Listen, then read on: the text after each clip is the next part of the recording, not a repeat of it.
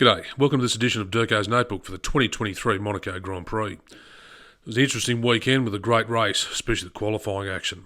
Got a lot to talk about, so pull up a pew, sit back, relax and enjoy the show.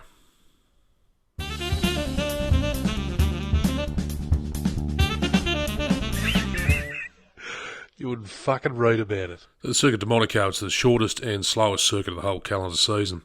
Some people are wary of it, they don't like it, they say it's too boring, it's just a procession. And we have seen processions in previous years, but not this year.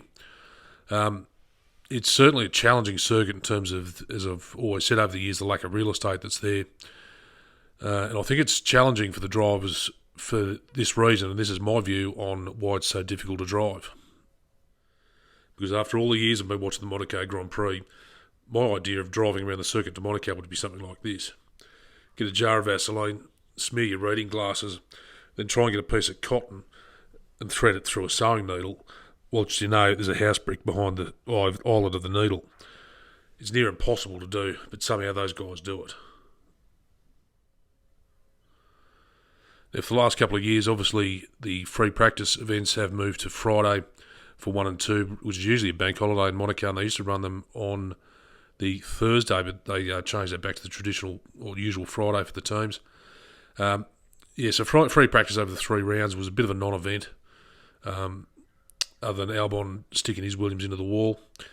Now, I'm going to say this, and you may disagree with me, but I believe that quali session will go down in the history books as one of the greatest, especially for Q3, because we saw Chico messed up and stuck his RBR into the wall, so he had to start P20, but then we got down to the nitty-gritty of the top 10 in Q3, and that's where we really saw the drivers dialing in.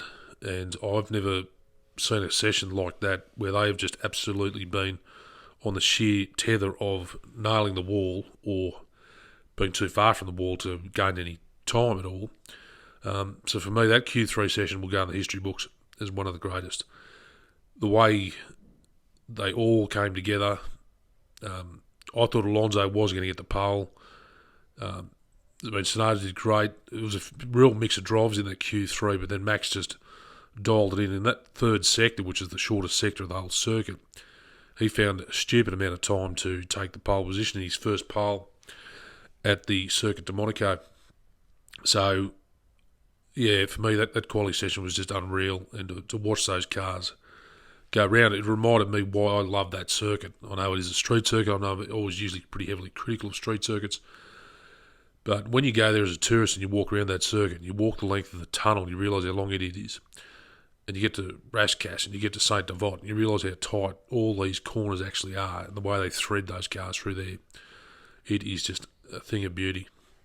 So, I mean, like Spa, I hope Monaco never falls off the circuit, but that's my opinion.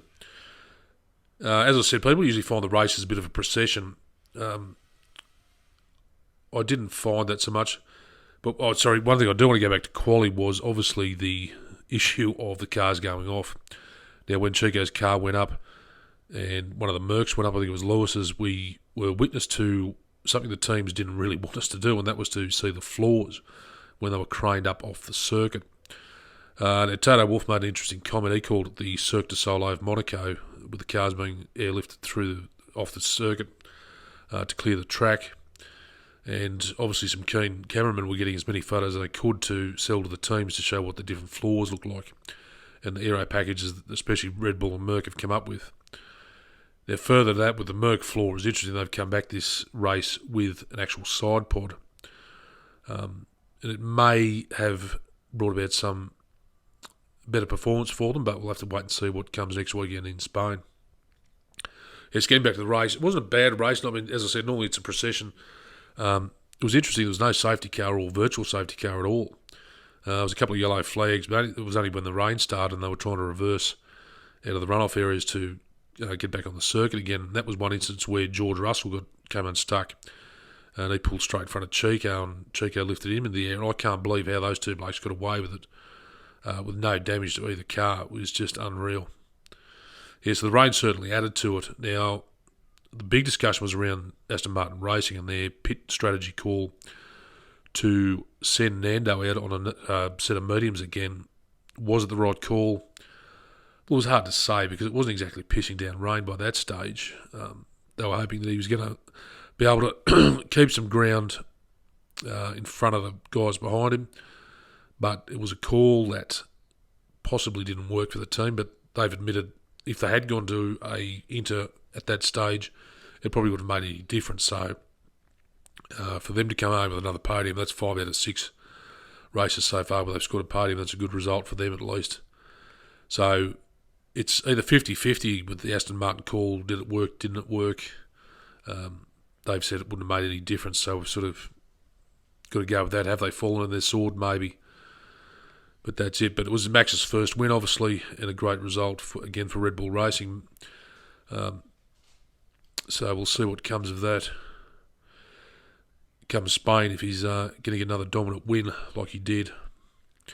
So overall, I don't think it was one of the worst Monaco Grand Prix I've watched, and certainly a lot was discussed. The only thing I was disappointed about was McLaren turned up with their Triple Crown livery, and we hardly ever saw any airtime of that during the race, or quality or free practice. Really was bugger all TV coverage of the McLaren livery, so I was disappointed by that fact. Wish I'd seen more of it. But that's it for this edition of DURKO's Notebook, and I'll be back next week with the roundup, or the wrap-up, I should say, from the Spanish Grand Prix, and we'll see what happens there. Until then, thanks for watching. Bye-bye.